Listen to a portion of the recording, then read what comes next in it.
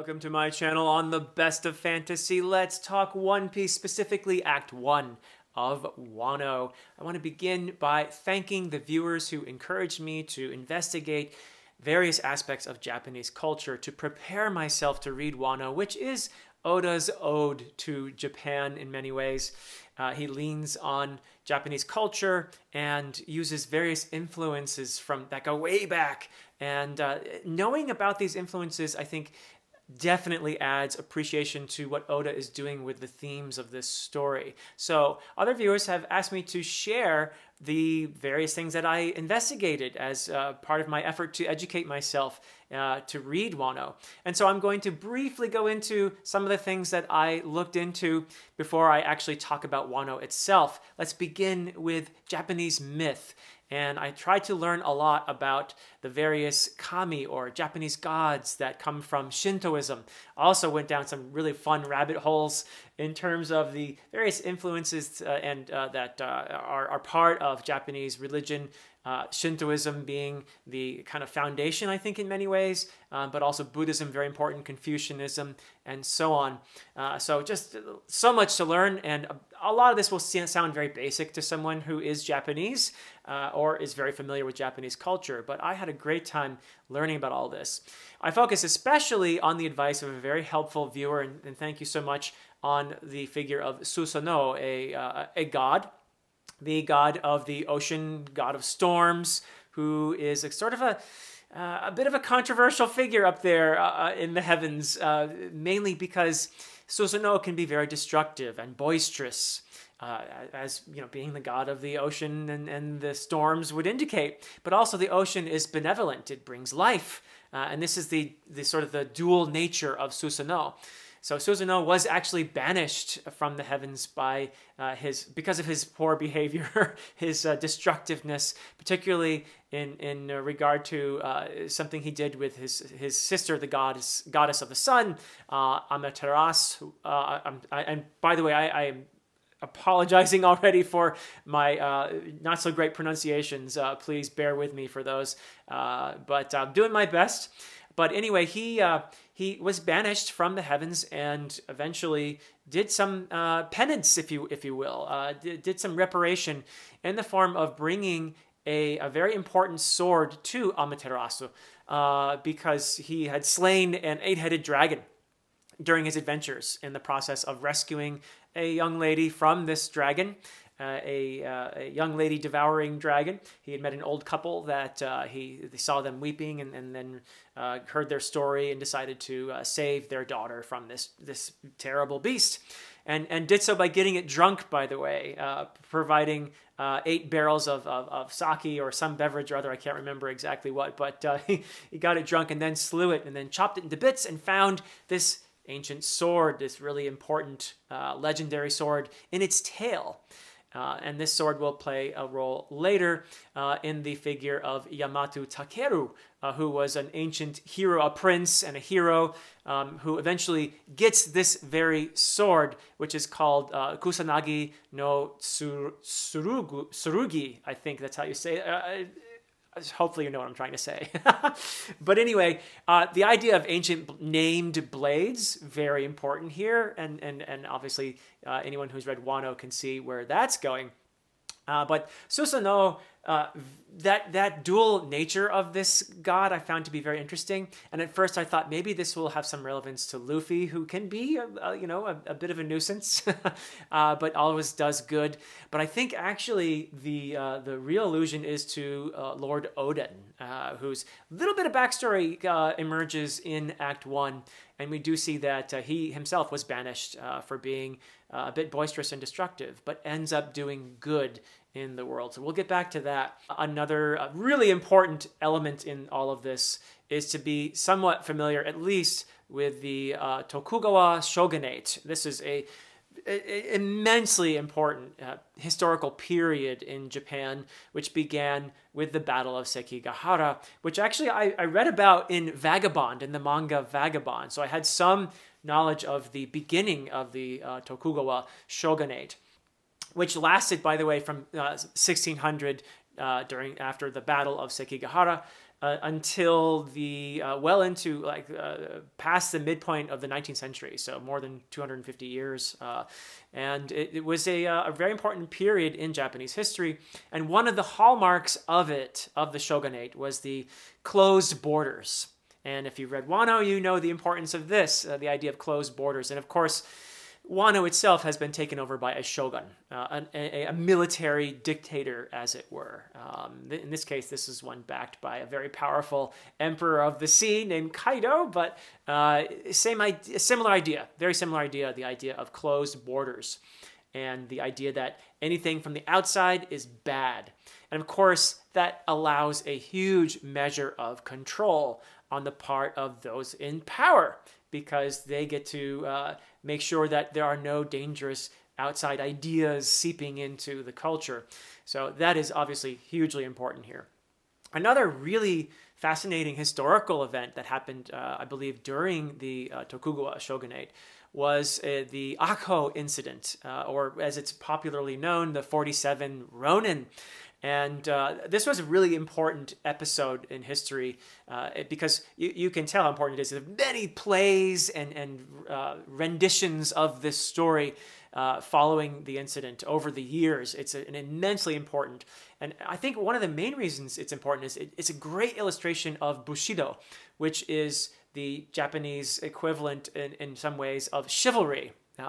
And it is different in some ways, but I think the closest thing for people from the West to understand Bushido is to say it's the Japanese equivalent of chivalry, with a code of honor and very specific ways of behavior that were expected, especially of the warrior caste, the samurai, including the notion of seppuku, which is the when a samurai takes his own life due to some dishonor or somewhat something of that nature, and that is relevant to the story of the 47 Ronin because you had this historical figure named Asano Naganori, who is a daimyo, a nobleman who is beholden to the shogun, and this individual, Asano Naganori, gets into a bit of a tiff with a slightly higher level official named Kira Yoshinaka,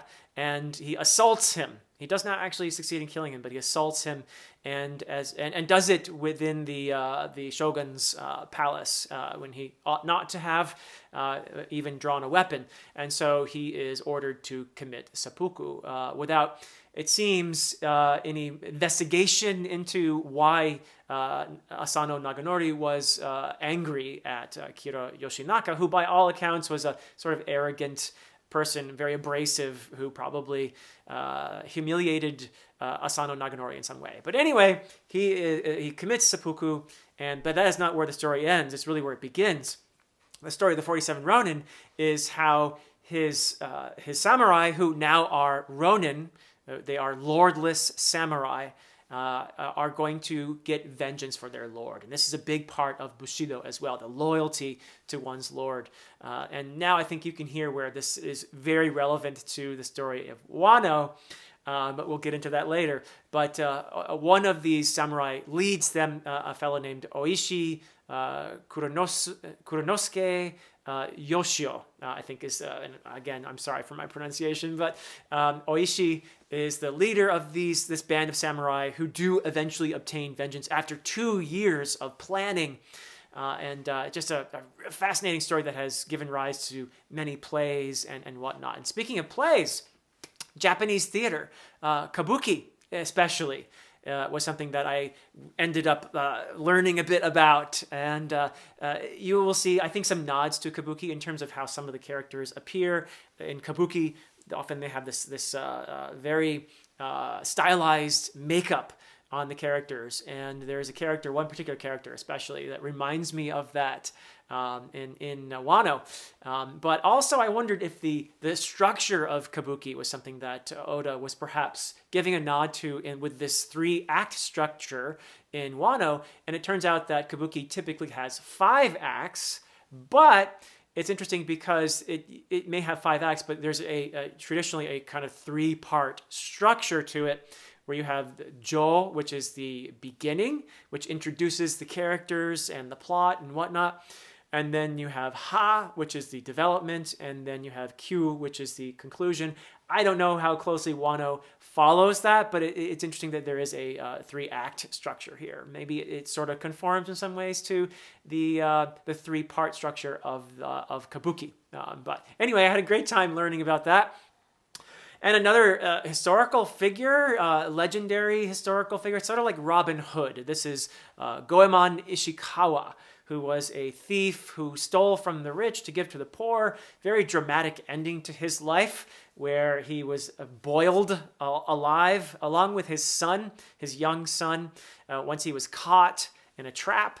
And according to different stories, he may have held up his son while he was being boiled, and they took pity from this act of nobility, him trying to save his son, and took his son away. And other accounts are a little more gruesome, where he held up his son for a while, but then realizing it was hopeless, plunged his son into the hot boiling water in order to kill him sooner.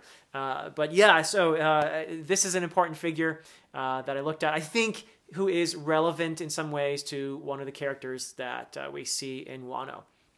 And then we have the artist, Hokusai, and the art in general of his era. Hokusai lived from 1760 to 1849, so within the Tokugawa shogunate. And he's Hokusai. You know Hokusai, even if you don't recognize the name. This is the fellow who produced the really famous Japanese print, The Great Wave off Kanagawa, and many other beautiful works of art. And you can see a lot of nods in the art in Wano to Hokusai especially, but the art of his era in general. And I'll mention a couple of those in a bit. And then there's Momotaro, the story of Peach Boy, which shows up, and this is a little fellow who's, in different accounts, his elderly parents are childless until they find a peach that the old woman eats, and then she gives birth to Peach Boy. That's one version. Another version is that she finds a giant peach, which when they try to split it open to eat it, there's Peach Boy inside. But he goes on his adventure to save the people from the Oni, from the ogres, and he's much helped along the way by the millet balls that his mother makes for him. So we'll talk about that in a bit. And then there's a very much less pleasant aspect of Japanese history, which is Minamata disease. This is an example of industrial pollution having a terrible impact on people. And there are many examples of this, not only in Japan, but all over the world. But Minamata disease is a pretty horrific version of this. It was basically mercury poisoning as a result of some industrial waste being poured into the rivers and the waterways, and the local people. This is post-World War II Japan, by the way, where this happened. It resulted in mercury poisoning, and believe me, this is something you'd have to have a strong stomach to look into the effects that mercury poisoning has on people. It's just awful. It's really horrible. And this, I think, if you've read Wano, you can see right away the relevance of what Oda is doing here. And I think it's very important for the themes, and we're going to talk about that. And finally, Lone Wolf and Cub. This was a manga that came out, I think, in the 70s, but it was made into perhaps a television show, a film. It's inspired a lot of other adaptations. But this is relevant to Kinemon and Momonosuke, because of how they are forced to wander the world. Lone Wolf is an executioner who is framed by a rival and essentially has to escape with his son and wander around it until he can obtain his vengeance. And you have a bit of a nod to that in the story of Kinemon and Momonosuke. So that's a lot for me to throw at you, but if you wanted to look into any of those things, I think it would definitely help your appreciation of Wano. So let's get into the Act 1. We begin with a kind of prologue, which really is an opportunity to set up themes, and Oda does this beautifully with this interaction between Marco the Phoenix, one of my favorites of the of Whitebeard's crew, and Cat Viper. And the dialogue between them allows us to see that Whitebeard had a vision of an idyllic place, a place of freedom, where that he made possible through his funding, somewhere safe from the predations of pirates and slavers and other exploiters in the world. And there is a sense, I think, here of real fragility, that this little oasis, this little paradise is something that is very vulnerable because of the evils perpetrated by the powerful, by those who are ambitious, such as Blackbeard and other predators. So this is really important. I think when you get a prologue like this, you need to look at, okay, what is Oda trying to say here? What are the themes that he is setting up? And I think you can see that what he's doing here is showing us that the world is full of people who are ambitious and evil and are willing to hurt and exploit others for their own enrichment, for their benefit. And to have freedom for people, freedom from the types of oppression that such evildoers cause, you have to work. It takes a lot of effort. It takes a lot of conscious effort in order to create places, spaces where people can have the freedom, which is a core theme of One Piece, freedom, where people can have the freedom to live decent lives, to have their basic human rights met. So I think this is just a very obvious way that Oda is telling us this is what to look for here. And we'll see it play out, I think, marvelously in the rest of Wano. But here we are. We arrive in Wano. And I was so excited to see what Oda would be doing here. I'd heard so much about it, but I was also delighted initially to see how there are some straw hats already planted there. We've got Frankie in there, and we've got Usopp and Robin being a geisha, and Zoro, who is probably the least skilled at blending in here, but he's supposed to be incognito as a samurai or ronin, perhaps in this case, because he is lordless. But yeah, Zoro as the ronin Sujigiri, I think that's what he's named in this, is right as soon as we see him, he's being ordered to commit seppuku, which I alluded to a moment ago, out of some point of, well, he was causing a ruckus, no doubt.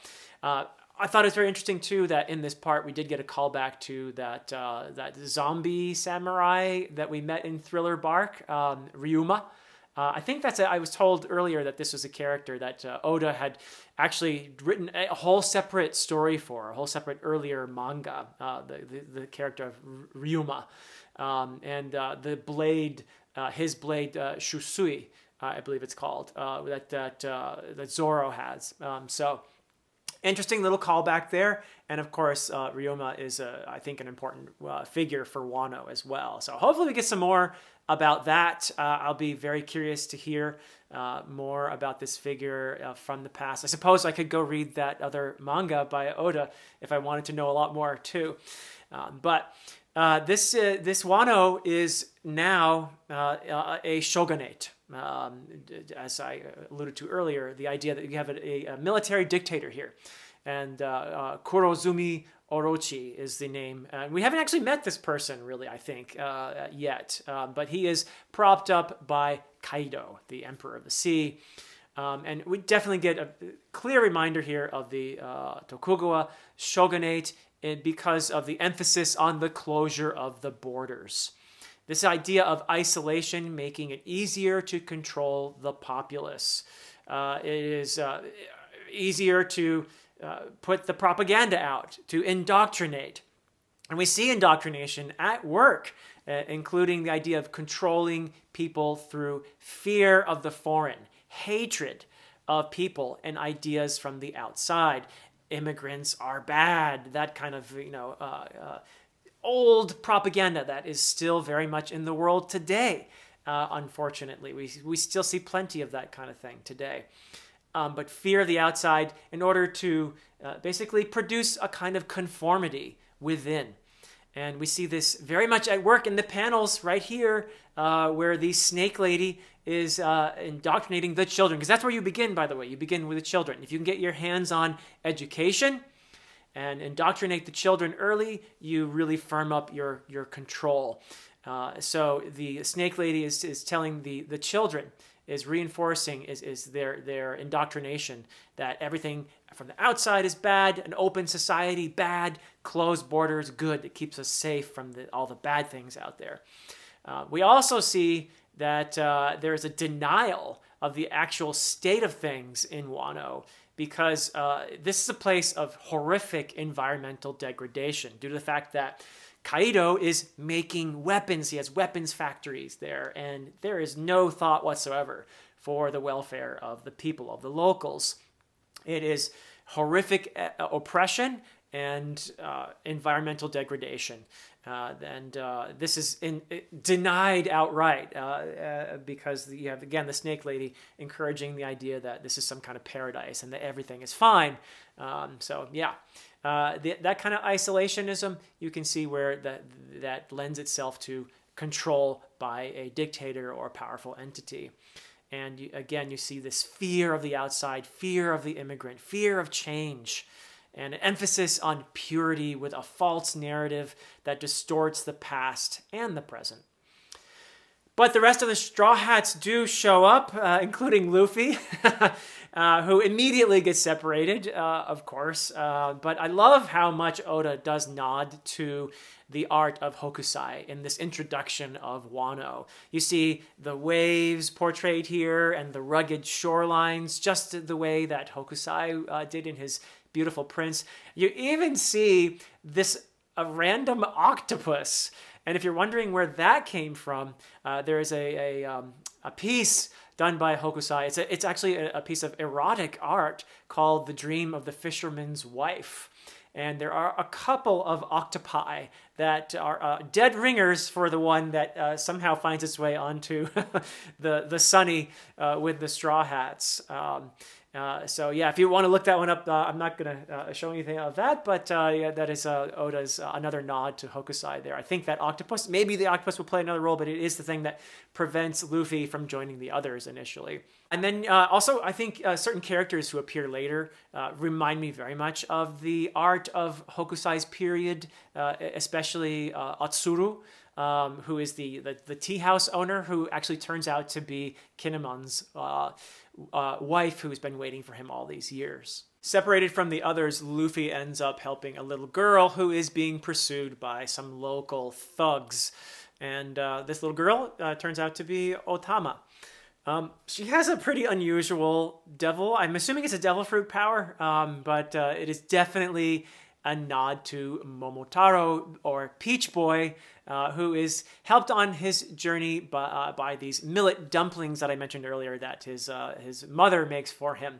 And these millet dumplings not only sustain him and his companions, the dog, the monkey, and the phoenix, but they also help him to win over his companions in the first place. And of course, Otama ends up with a giant dog and a monkey. I don't know where the phoenix is yet, but she too essentially controls these entities with her little dumplings that she pinches out of her cheek.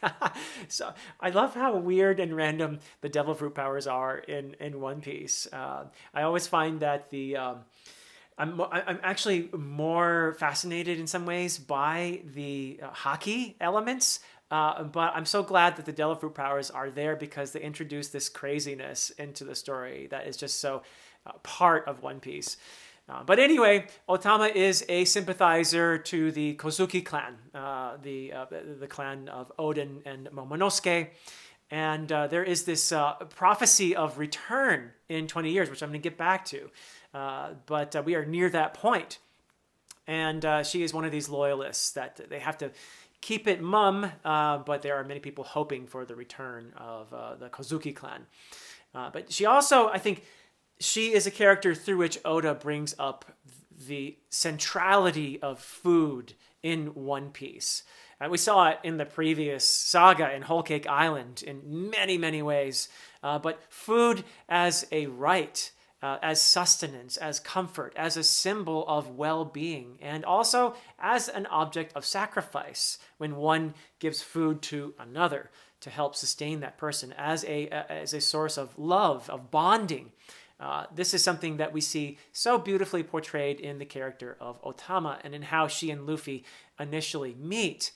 Luffy does help save her life, but the idea that food, again, is important here in One Piece, it is just, it's at the heart of what's happening on Wano because of the lack of access to food.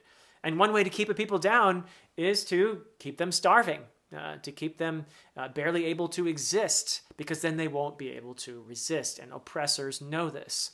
The world over, throughout history, oppressors have kept people poor in order to control them and to make their lives, render their lives meaningless and miserable. But at any rate, to repay this life debt, Otama sacrifices her birthday rice for Luffy. This is such a meaningful sacrifice. And Luffy doesn't fully understand yet the scarcity of food here. And so he does gobble up the rice ball and even wants a little bit more until he realizes, oh, wait, this little girl doesn't have more. This is an act of honor and love. And this goes back again to the concept of Bushido. So it's not just samurai, although she does want to be a ninja. But it's not just samurai who abide by these rules of Bushido, the chivalric code, as it were. You see Otama very much feeling a sense of debt and loyalty to Luffy. And the food is a very symbolic gesture as well as a literal thing where she's feeding this person who helped her. And as I said, she is in training to be a ninja, a kunoichi, a female ninja, under Master Hitetsu, who is a forger of katanas. And also wears a mask, and this is the one that reminds me a lot of Kabuki theater, the mask that Hitetsu wears. I'm also very curious about, I have no idea who it is, but there's somebody behind that mask. Why is he wearing a mask? So I have a lot of questions about Hitetsu. Hopefully we'll get into that at some point. I don't know if I missed anything or not in terms of figuring out who he is, but seems to be an important character. At any rate, Otama, in desperation and with the hunger pangs that she is suffering, drinks from the river, which is poison, essentially. And the idea that this river water would be poison, here we have Oda incorporating the Minamata disease, that incident in post-World War II Japan, where you had this industrial pollution that resulted in mercury poisoning for all kinds of people, including lots of children. And the consequences of that were just horrific. Okay, what we see in One Piece is terrible, but it is deeply disturbing to see what happened due to the greed of a few individuals. The greed of a few individuals who couldn't be bothered to dispose of their waste properly because it's cheaper to just dump it in the river. And look at the consequences on thousands of people. People have a human right to live in a clean environment. And this is spoiled by the greed and the narcissism and the sociopathy of people who claw their way to power, the ambitious. Kaido and his bullies have destroyed Wano in order to make weapons, to make a profit, to control.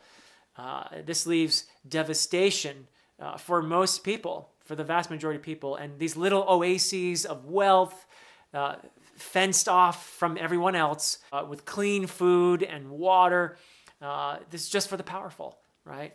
And this does kind of resemble, unfortunately, the world we're in many ways. So, yeah.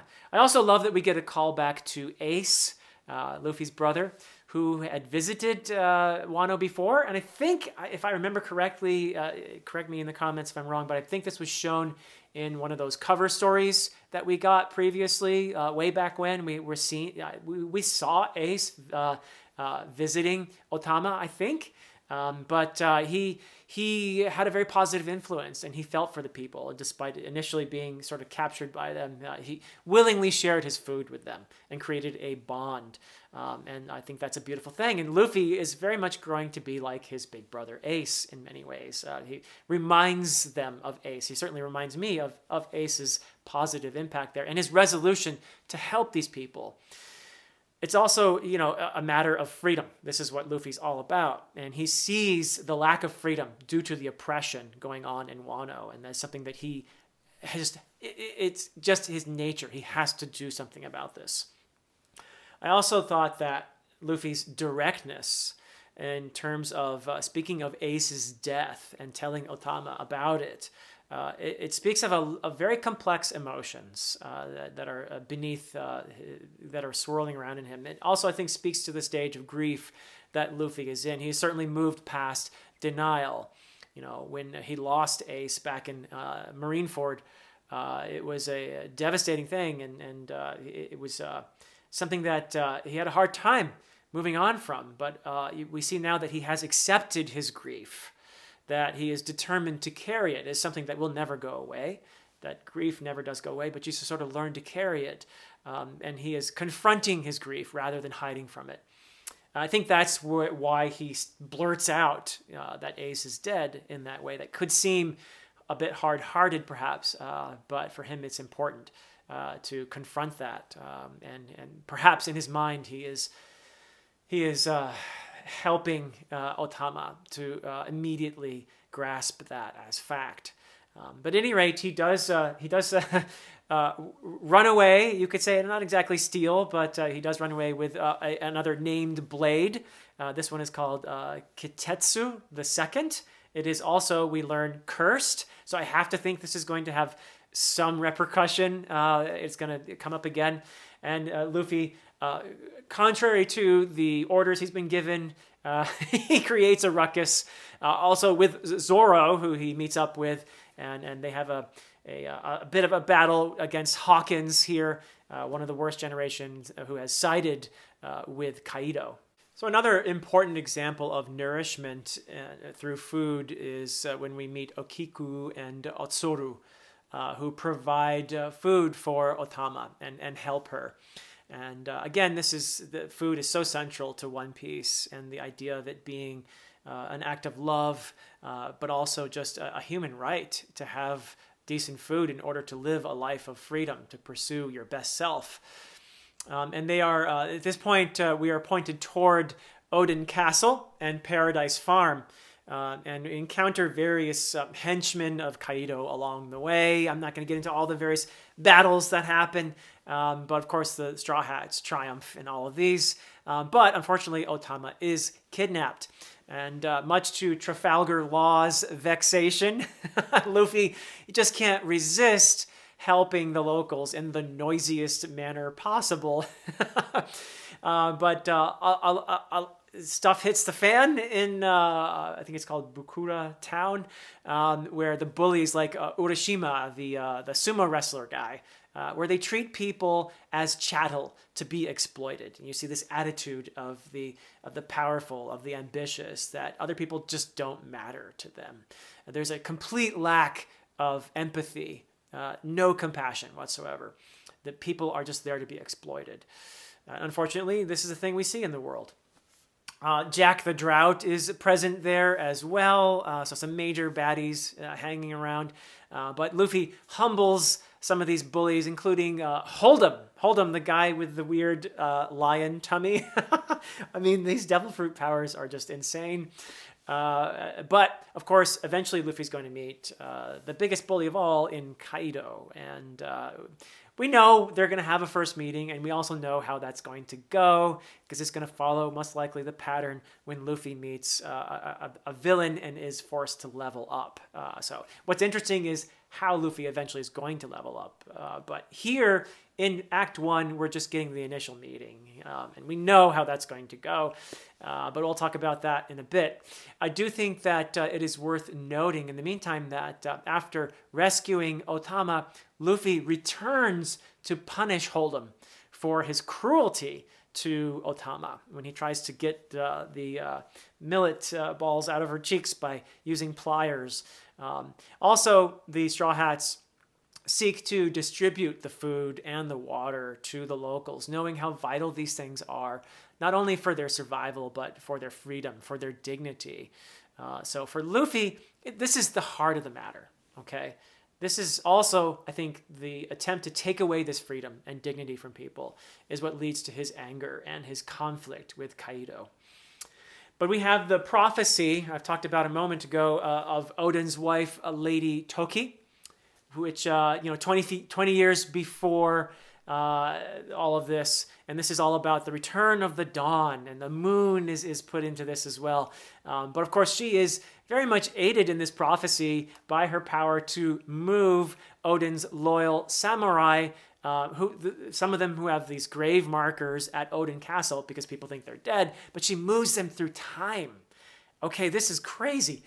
And this is why Kinemon and the others who have been moved through time, their grief is fresh. This is not 20 years later for them. This just happened, the loss of their lord, their beloved leader, and to see the destruction of their home of Wano 20 years later for everyone else, but it's an immediate just vision of catastrophe for them. This is terrible. Also, interestingly, I think you can see here the influence of the 47 Ronin, right? These 47 Ronin were lordless samurai. It's sworn to avenge their lord. But there are 9 prophesied in this case, not 47. And in the original story of the 47 Ronin, it took a couple years of planning. In this case, there's this 20-year thing going on.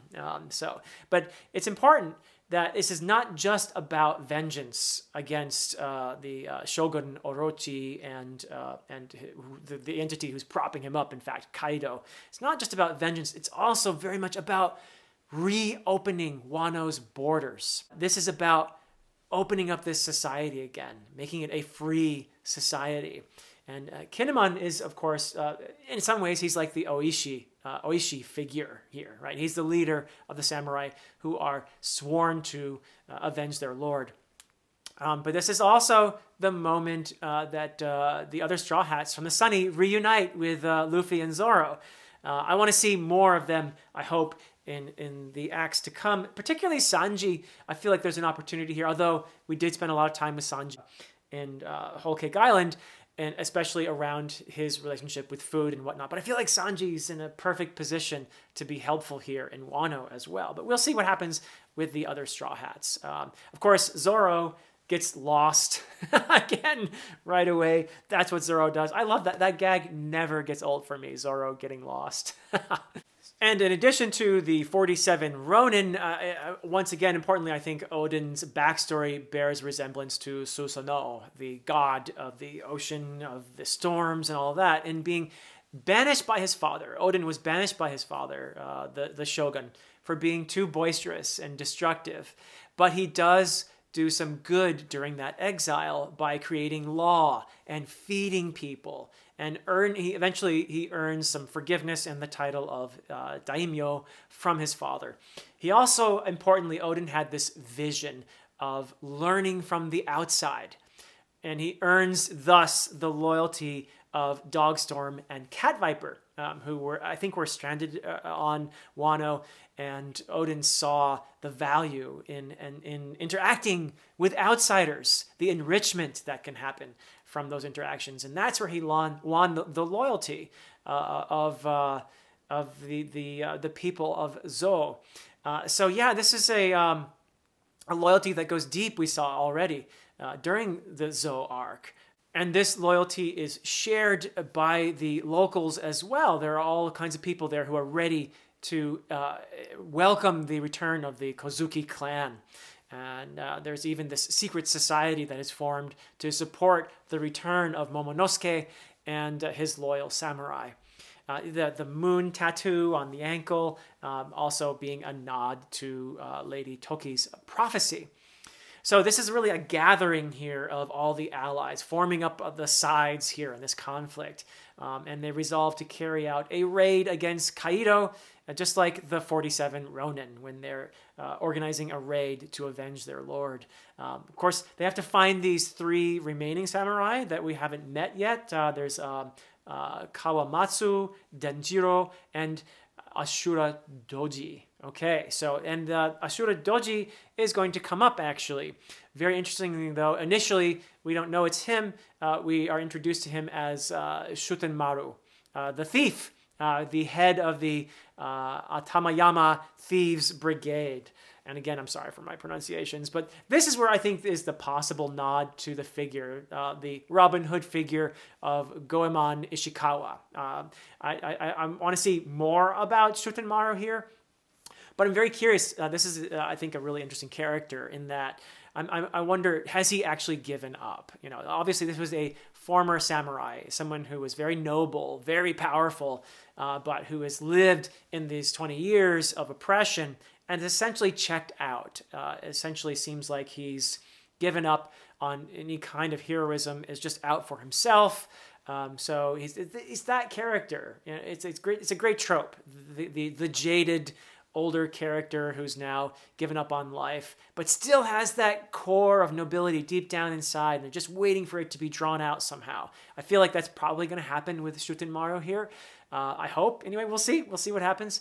But he's definitely still powerful as he clashes with Jack the Drought and really gets the better of Jack in that brief clash.